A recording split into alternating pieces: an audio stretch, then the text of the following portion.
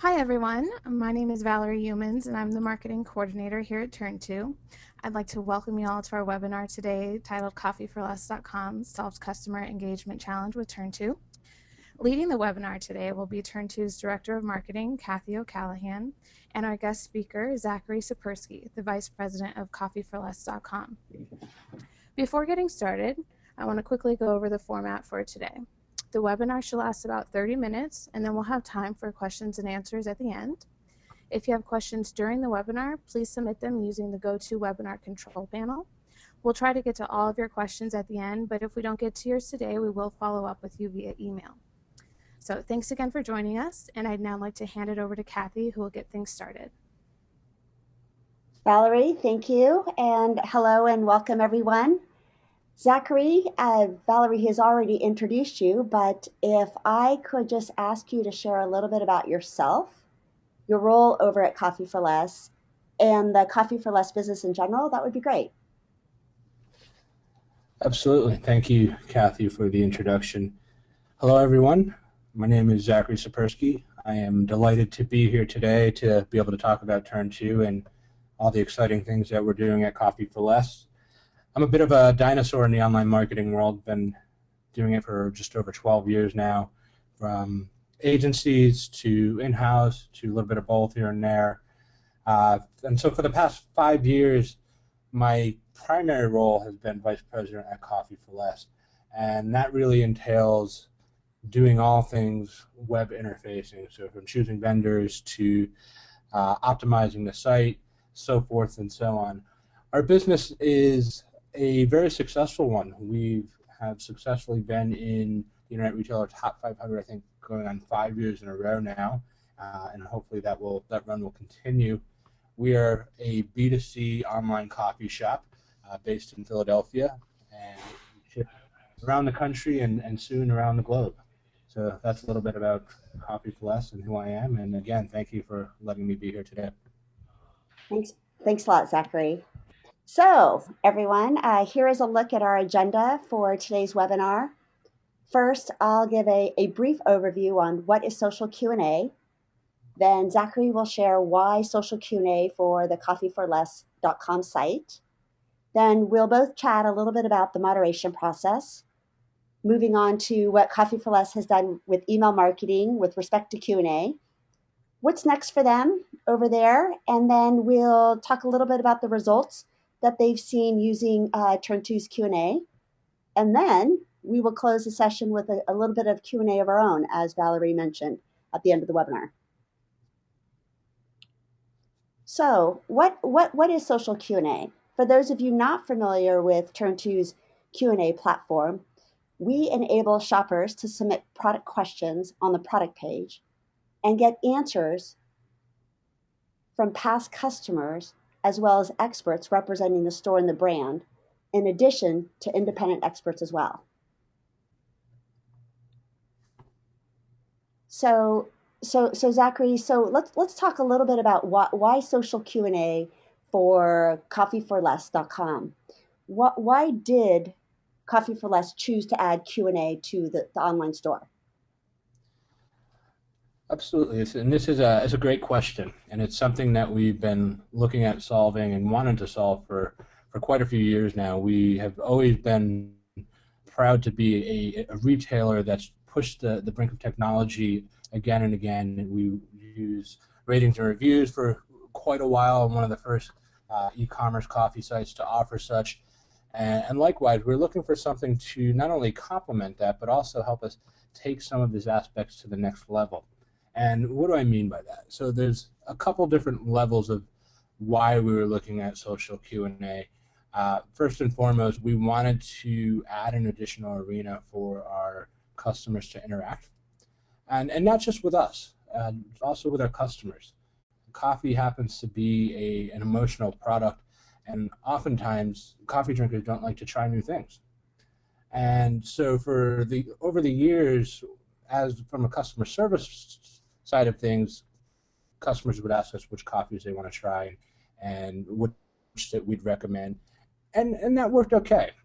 But the challenge is that a lot of coffee drinkers don't want to take that dive and take that risk to go buy another box of K-Cups or another pound of coffee without actually having some sort of subjective knowledge.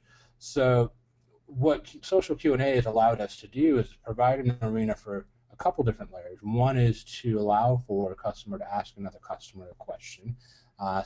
Likewise, not just that, but also ask like-minded people that question. So, for example, when it comes to coffee, coffee drinkers tend to be very similar. So the people who like Nantucket Blend will have the same palate as somebody who might like, we'll say, Dark Magic. And somebody who likes Blueberry Mountain Blend might have the same palate as somebody who likes Pumpkin Spice. So what we found is that it allowed our customers to take a little bit more trust in that experience and try new things. So it became a mechanism for an upsell inadvertently. Second, it came as a way for our customers to connect with other customers.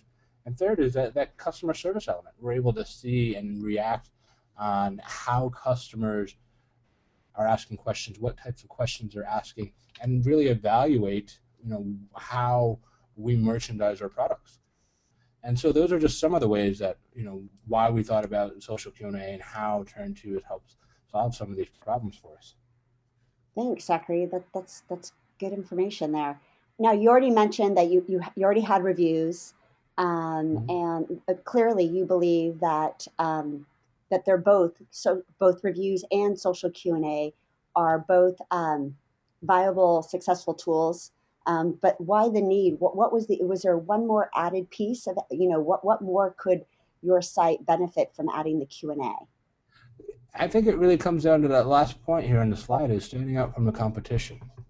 There's a lot of different coffee shops that are coming into the business, and there's a lot that have been around in the market for quite a while. And we sell a lot of the same products. So Right. why would somebody want to come shop with us versus another competitor? Sometimes it's price, sometimes it's experience, but we really strive to take that kind of Zappos mentality of providing a better user experience and providing additional value as you shop. So not only does this feature allow us to stand out just from a functionality standpoint, but it also allows us to stand out from that connectivity standpoint between customer to customer and getting some good and accurate answers from like-minded coffee drinkers. So it really allowed us to take a few steps forward in comparison to our competitors, not just there, but even if you look at it from the SEO perspective too. So having these questions and answers on the page really allow for a couple of things to happen. One is fresh updates, which is huge for SEO these days. And I think more importantly is the language. When you think about SEO, you think about content, you think about keywords. Well, we all have our own perspective on what they mean for your own business. What social Q&A allows us to do is really augment what our keyword strategy is by allowing what we'll call colloquial language to be inserted. How I talk about an espresso is going to be different than how somebody in Seattle might talk about espresso. They might call it a shot in dark. I might call it something else. So there's a lot of different advantages, not only standing out from the competition, but just keyword ranking, the regular updates. All those things started to really come together and basically made perfect sense for us to do this integration. Okay, thank you.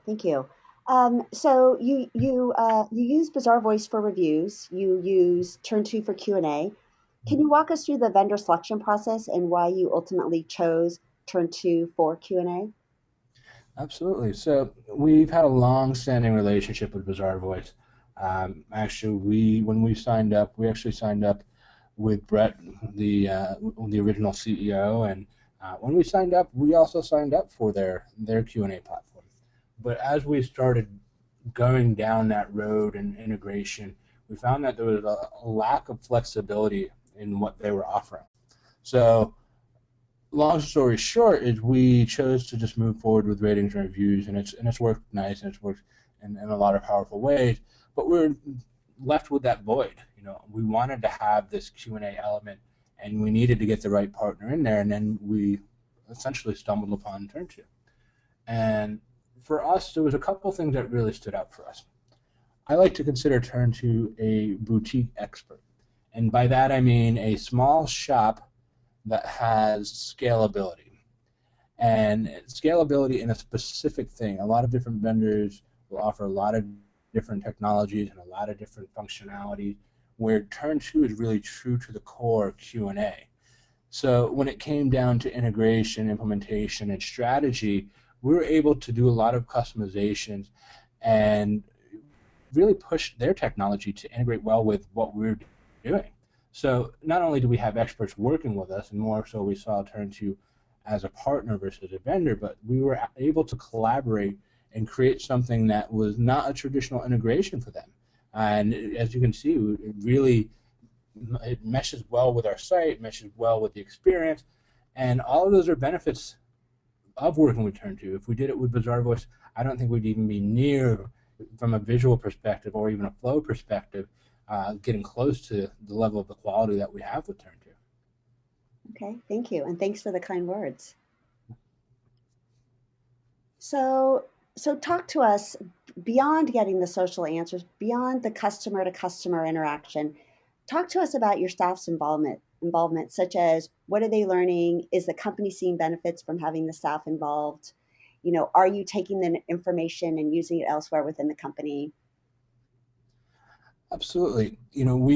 There's a couple different ways to choose how your staff can be involved with TurnTo. You can do different automation moderation, you can do manual moderation. There's a lot of different ways that you can kind of set it to meet the needs of what you're doing from a business. At CoffeeForLess, we really like to be hands-on, and not just from a micromanagement standpoint, but just as it helps us understand and connect with what's going on with our customer. So from a staff involvement, it's our customer service staff that's moderating and participating where need be in these questions and answers. And it's beneficial for a couple of reasons. One is obviously we can reach out and interject in questions whenever need be. But I think more importantly is it allows us to add this layer of proactivity that we've never had before. And I alluded to this earlier in the conversation, is that we're learning things about our business and about our merchandise and the way we communicate to our customers that we've never learned before. So what it's doing is it's allowing us to better merchandise and to better potentially answer questions up front by changing whether it's a long description or how we talk about our product or even some of the layouts of our page. So it's really allowing us to innovate proactively versus just always react. So we watch these questions come through, we participate where need be, and then we adjust any of our merchandising and marketing strategies to really fall in line with some of the questions that are being asked. Okay, thank you. Yes. So about a month ago, I think it was 4 to 6 weeks ago, I received this email that came from Coffee for Less, and I thought it was pretty interesting. And I think that everyone on the call would love to hear about how CoffeeForLess.com launches email campaigns around features. Can you talk to us a little bit about that, and the provider you use, your ESP, and how that works for you over there in a seamless transition? Sure. So again, we really like to be innovators in our space, and we're always layering and rolling out new technologies, new feature sets, new functionality. And it's one thing just to do that. It's one thing to just put it on the site, put it up, forget about it, and see if people use it. We don't see a lot of value in that. We see a lot of value in educating our customers. And so we've done a couple things, and Bronto happens to be our ESP of choice. So we've done a couple things over time. And first and foremost, when we launched with TurnTo, we did an initial announcement. Hey, we have a new feature and functionality. This is for you, the customer. We want you to know that we're making these investments to be better, to provide a better experience, to give you more information, all those things. So it gets the wheels going on, the whole process. Hey, we have this feature. Second is, and it ties more to this email that you have up on the screen, is we also introduced another email here in our welcome series. So one of the things that we like to do in our welcome series emails, anytime you sign up, is take you through a journey. And the journey is basically why shop at Coffee for Less, who we are, how we can help you buy your coffee, and how we can make your experience that much better. And so that's what we've done here. And generally, we see not just an initial spike, but an overall spike for the long term of people interacting with these tools. Because not only are they more people aware of it, but the other thing we've complemented is building out landing page. And the landing page for this allows us to help educate the customers on what it is and how it works. So it's not just, hey, we have this feature, but we also have this really great how-to page. This is how you can ask a question. This is who's answering. This is why you want to participate. And we found that this alone has been very, very powerful, even outside of the email, because now, it's great to have all these bells and whistles, but if your customers don't necessarily know how to use the bells and whistles, or they maybe never participated in using such on any other sites, we can help them. You can help guide them through that experience. And I think right now is our answer rate. It's something like 4.5, I think, off the top of my head, for every question that goes out. So we have a nice cycle of engagement that's going on, and I think a lot of it goes back to having these reminders and having these marketing aspects. It's not just turn it on and forget about it. Is make sure it's known, make sure it's front and center. Help the technology help grow your site, and that's what we're trying to do. Thank you. Yes, and I put up the slide that shows the customer Q&A page. And for those of you joining us today on CoffeeForLess.com sitemap, under our services, they have a clearly displayed link that reads customer Q&A. And it's a great page. Zachary, you guys have done a great job with it. It's very clear for somebody maybe new to the site or wants to ask a question but not sure how to do it. It's very intuitive. Is there any SEO benefit to having this page? Yeah, there's definitely benefits from an SEO perspective. The way you can think about SEO is real estate. So the more real estate you have, and I'm not just saying throw up a million pages, but throw up pages that are thoughtful, educational, informative, and are content rich, will help get some of those long tail, more specific keywords. And what's interesting is that I think this is really a critical time in SEO and for Q&A. And the reason being is, if anybody wants to really take a deeper dive, is look at the latest algorithm update, Hummingbird. And what Hummingbird is really catered towards is the what, where's, and why type of questions and queries. So essentially asking questions. And so these very sophisticated long tail questions are now becoming much more prevalent and much more important in the eyes of Google. Well, my note here is that really any different than what we're doing from the engagement with TurnTo? I don't think so. I think you're going to find that having TurnTo integrated and having these questions are going to make you much more relevant for this latest algorithm release. So I think there's going to be a whole layer of momentum to TurnTo and to Q&A because of such. But specifically to this is, yes, this additional page with lots of rich keywords about asking questions around coffee. Fantastic. Yep. Thank you. Thanks and also the SEO piece as well. So this slide here, this is a flow chart of TurnTo's moderation system. And to understand where we're coming from here is, our developers have spent a ton of time perfecting this back end process. So you, the customers, the online merchants, don't have to. We have the advanced filters already in place. And of course, our customers can add other words to the filters that better suit their business. And, if for some reason those filtered words appear in a question or an answer, the way the process is set up is those questions or answers will not be transmitted unless the store checks them out. So the store will have to go in, review questions or answers that have those filtered words, and then decide to approve based on that. In addition, you can set it on an advanced auto moderation process where the platform can run with little to no manpower from your staff. So, as I say, you control the content that's displayed, and you can decide how involved you want or need to be in this process. And over at Coffee for Less, a couple of, it'd be interesting to hear how, Zachary, how you guys are currently using the TurnTo's moderation tool. Yeah, we actually have decided for the most part, as I mentioned before, is to play much more of a part in this review. So 9 times out of 10, we were going straight to manual review for a couple of reasons. One is it reminds us that we need to always be engaged in this channel. That's not a set and forget. Second is those learnings that I've mentioned a couple times now. Is it's very important to make sure that we are listening. It's not always about the answers. A lot of times it's just about knowing what the questions are.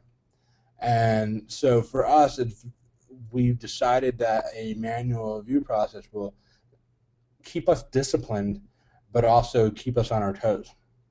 And so it's our review time and our review flows. We have a customer service manager actively in TurnTo throughout the day. So it's not a one time a day thing. It's not once a week. It's a daily checking in, hourly, depending on the day. So this process is fairly quick, but again, we like to have that hands-on mentality, so we can post and send, so we can start getting that interaction if need be, or responding where need be. Right. So we can help play a part in the speed and the efficacy of these responses. But for us in our business, we felt it was important to have a little bit more control, not to filter out or not approve, but more so just to have an extra set of eyes on what the questions are and why they're being asked. So how much time does your staff person or people spend moderating per day? You didn't need to hire anyone to manage this process. This was a current person. No, we don't need to hire anybody, in my opinion. Uh, the the platform and the UI is very intuitive to use, so that obviously speeds it up. It's very easy to go in and read and go through this process manually, filter, do whatever you need to do to get that review done. I would say in an average day total, a manager might be in there from anywhere from half hour to an hour, depending on volume. And most of the time, it is the manual review to post and send. That's most of what we're seeing. But also jotting down notes. Hey, this is worthwhile. Hey, we keep getting the same type of question. And I'd say maybe about 25% of the time we'll participate in answering if need be. So, it's not heavily time intensive just based on how the technology is built, so it will speed up that process. But it's more just making sure that we have the eyes and ears there where need be. So Right. I don't think you need to hire somebody, but because of just how the technology is built, and you can do it effectively even if you decide to do it manually. Now, given Coffee for Less's involvement with the staff moderating, do you see your process evolving over time? Do you think at some point down the road you would move to auto moderation, or do you really want to keep your pulse on the questions and keep it as Yeah, is? great question. I think we will stay with a hybrid methodology.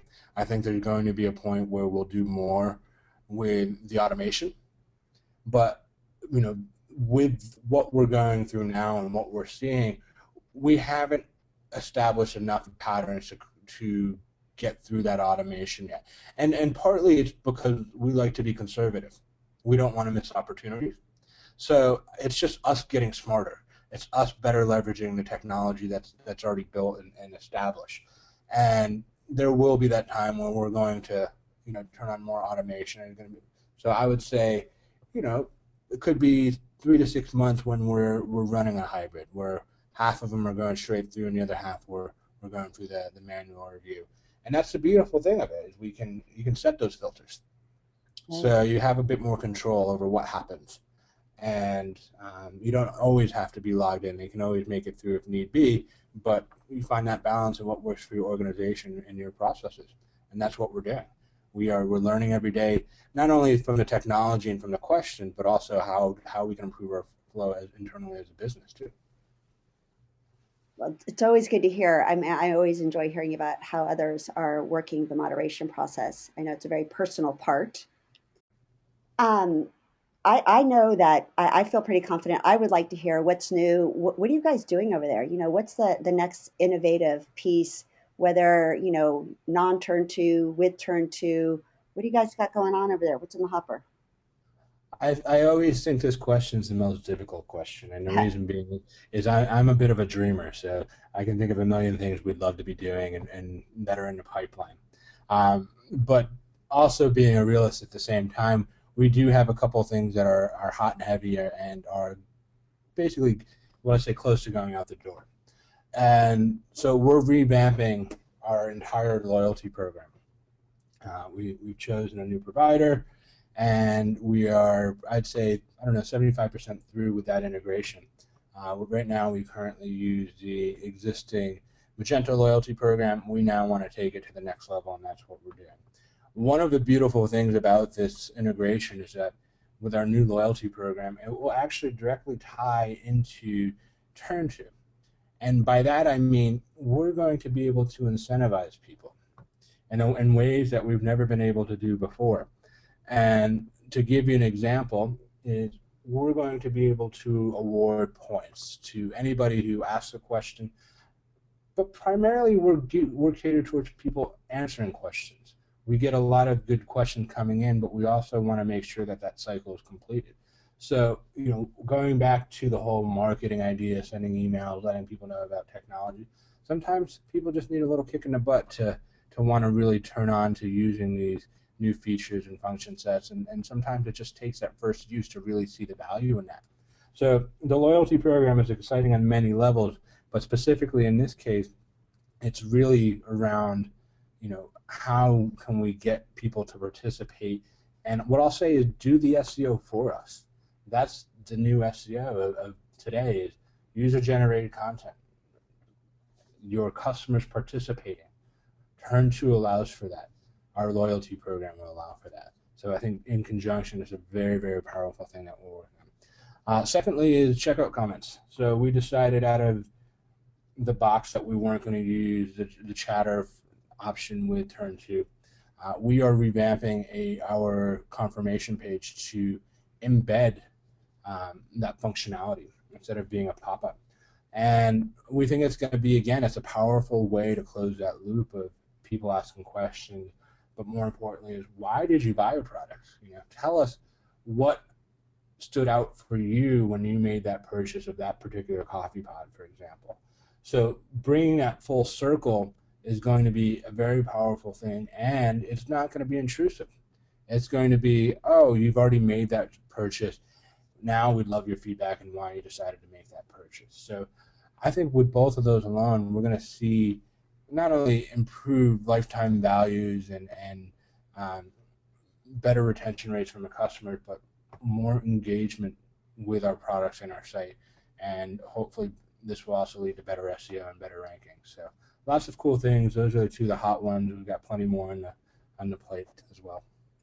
Busy, busy, right? Always busy. So a couple of results that Coffee for Less is seeing is shoppers who read the Q&A are converting at 300 times higher than those who don't read the Q&A on the product page. Good stuff.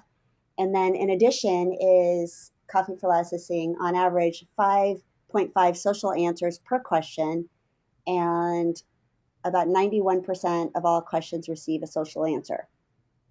So with this, Zachary, or without this, can you've shared a lot with us, but can you share any anecdotal information, just perspective with the group today? Yeah, I mean, I think the most important thing to really hit home on is that we need to participate in what I'll call this paradigm shift. And the paradigm shift is that, it used to be 5 years ago, 7 years ago, 12 years ago, when you had an e-commerce site, it was all about getting people in and pushing them through and not really letting them have any say and limiting the participation. It was all about closing the deal. I think what this is really pushing us towards is that it's not always about the sale. It's not always about just pushing somebody straight through.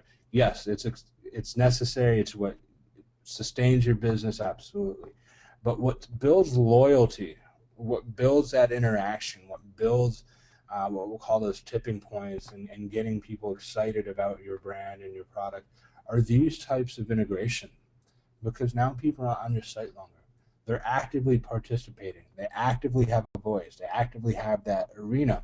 So you can see, it's an average of 5 social answers per question. That's fantastic. People are responding. 90% of questions receive a social answer. These are great numbers. That means to us that people like this, that people are engaged in this type of activity and opportunity.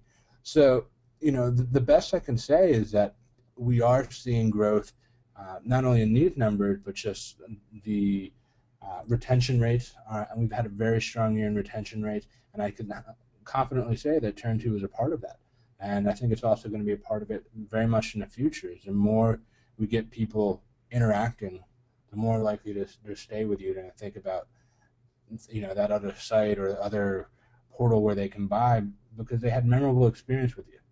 And they are now ingrained with your brand and your process because they participated. They didn't come just to buy. They came to truly be a customer and to leave their mark on your business. Good perspective. Thank you. So, well, as I keep saying, thank you, Zachary, so much for sharing Coffee for Less' social Q&A success with us today. I know I thoroughly enjoyed your information and perspective. But let's check in with Valerie to see if anyone has any questions. And Valerie, do we have any out there? We do. So the first question is, what are checkout comments? I know we just touched on this briefly, but maybe Kathy, if you want to explain further what they are. Yes. So checkout comments, after the order confirmation page, after the order has happened, the shopper has made a purchase, the store can ask a question as well. It's very simple, very, very clean. Is one question: why did you choose this? So, what we've had some customers say is it's like a post-purchase survey, but a much better. So if you can imagine just getting one question: why did you choose this? And the shopper has just made a purchase, so you know that they are happy. So you're going to be getting these positive sentiments. So it's, why did you choose this? And you think about the user-generated content. My sister loves it. My mother owns it. My friend recommended it. I saw the ad. You're getting all of this content, which is indexable for the search engines and can be displayed, in the Q&A structure on the page. It can be done individually, and that's what Coffee for Less will be doing, embedding it separately. But it's just enabling the store to ask one question and get answers from folks that have just purchased. Great, thanks. The next one goes back to moderation. One of our listeners would like to know, how do you manage inappropriate Q&A, and are there any concerns? So I think this question's for both you, Zachary, as well as Kathy, perhaps. Yeah, well, before I go, Zachary, have you had any concerns or inappropriateness? No, I mean, we have a very simple methodology and model, and we also do our own moderation with Bizarre Voice as well, the rating and reviews. So we see it from both sides. But it's a lot of it is using common sense. Is it something you have control over?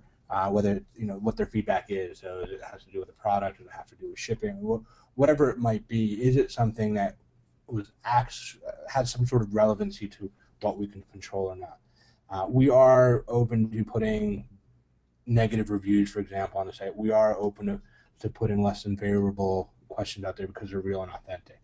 But there's a common sense line where if it's not inappropriate, it's not going to benefit anybody, and it's just out there to whether it cause a stir or a ruffle, we won't put that out there. But what we do is we don't just let it hit reject and just forget about it.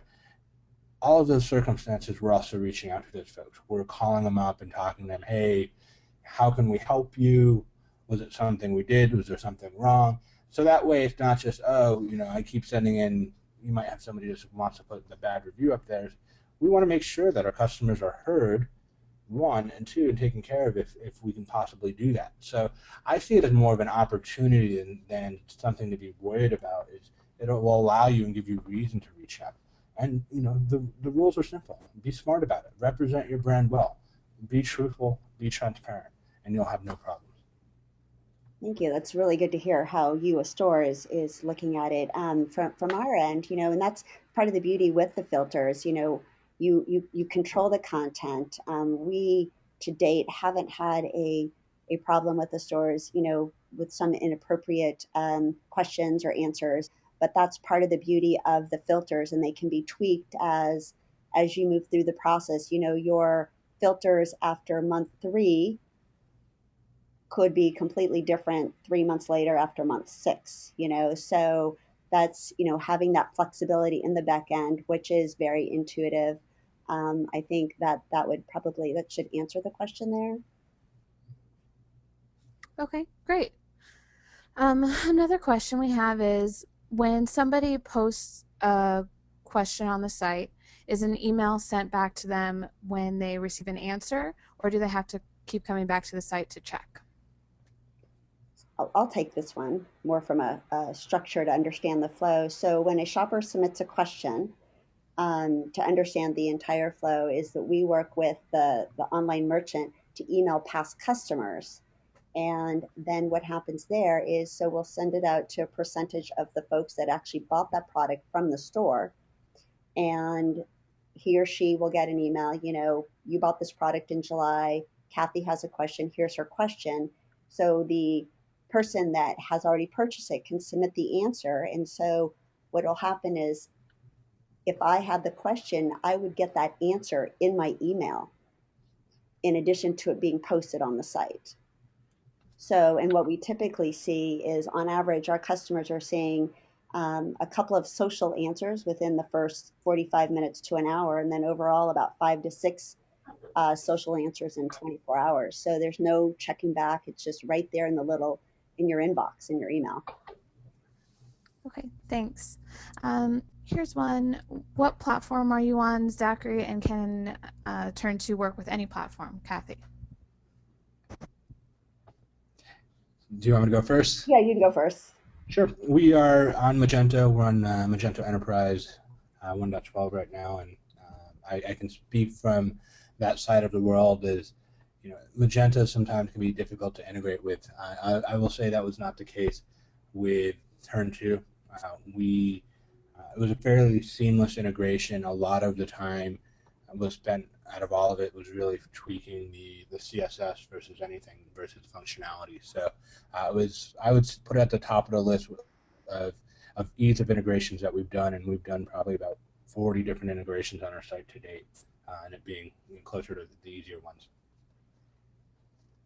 So at a high level, TurnTo is platform agnostic. We have yet to find a platform that we cannot integrate on. And to Zachary's point, we do have a Magento extension.